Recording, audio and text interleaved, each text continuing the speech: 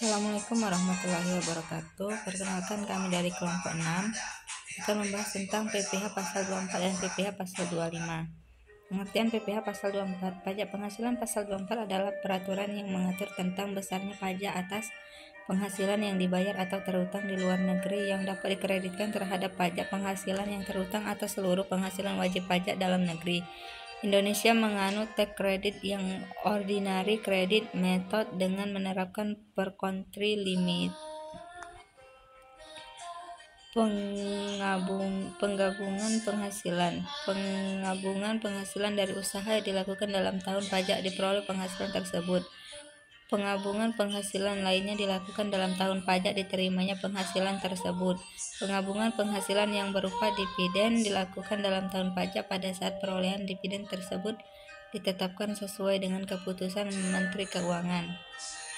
Batas maksimum kredit pajak. Dalam menghitung batas jumlah pajak yang diperoleh dikreditkan sumber penghasilan ditentukan sebagai berikut. Penghasilan dari saham dan sekuritas lainnya serta keuntungan dari pengalihan saham dan sekuritas lainnya adalah negara tempat badan yang menerbitkan saham atau sekuritas tersebut didirikan atau bertempat kedudukan.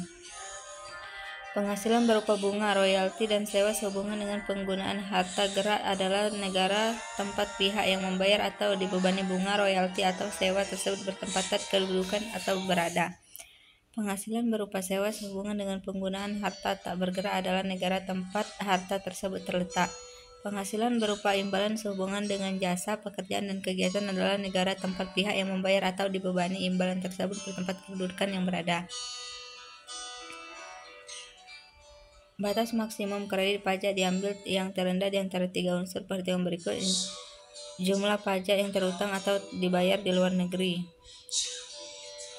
Seluruh penghasilan kena pajak atau PPh atas seluruh yang dikenakan tarif PPh pasal 17. Jumlah pajak yang terutang untuk seluruh PKP.